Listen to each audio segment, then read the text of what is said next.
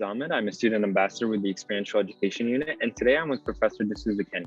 Professor De Souza-Kenney, can you describe Bio 434, the Social and Developmental Determinants of Health and Disease course, and the remote experiential learning opportunities that it offers?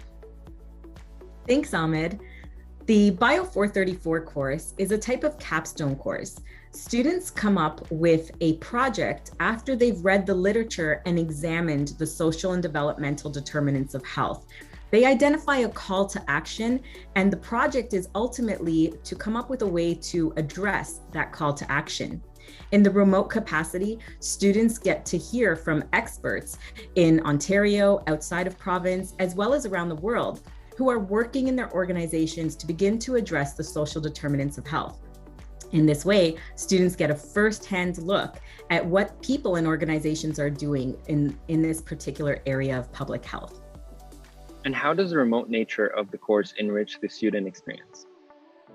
The remote capacity allows for students to watch these videos, which are a series of videos called the Experiential Virtual Opportunity to Learn from the Views of Others, or the Evolve series. In these videos, because students have the chance to hear from experts, they get to really think about what they're learning in the classroom and how it holds up in actual populations and in actual organizations.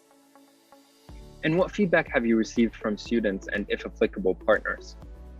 My students have really far exceeded my expectations. They've reported back to me that they've learned for the first time in their undergraduate studies in an experiential learning course to apply their knowledge, examine and challenge what they've learned so far, and see if it really holds up when they examine it along with a stakeholder from the community.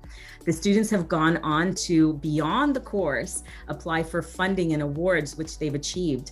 And our community partners have told me about the collaborations they've had with my students and how fruitful those opportunities have been. And finally, do you have any advice for students who are considering enrolling in remote experiential learning courses? Absolutely. I think that all undergraduate students should seek an opportunity to take an experiential learning course.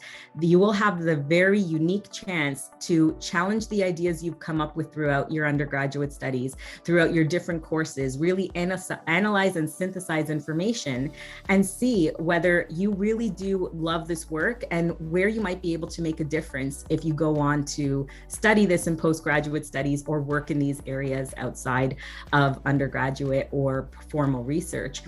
And I also think that it is worthy of having a place on your CV so that you can actually comment on and show others what you've achieved in your undergraduate education. Well, thank you very much for everything that you have shared, Professor De Souza-Kenney. And for more information, you can visit the EEU website.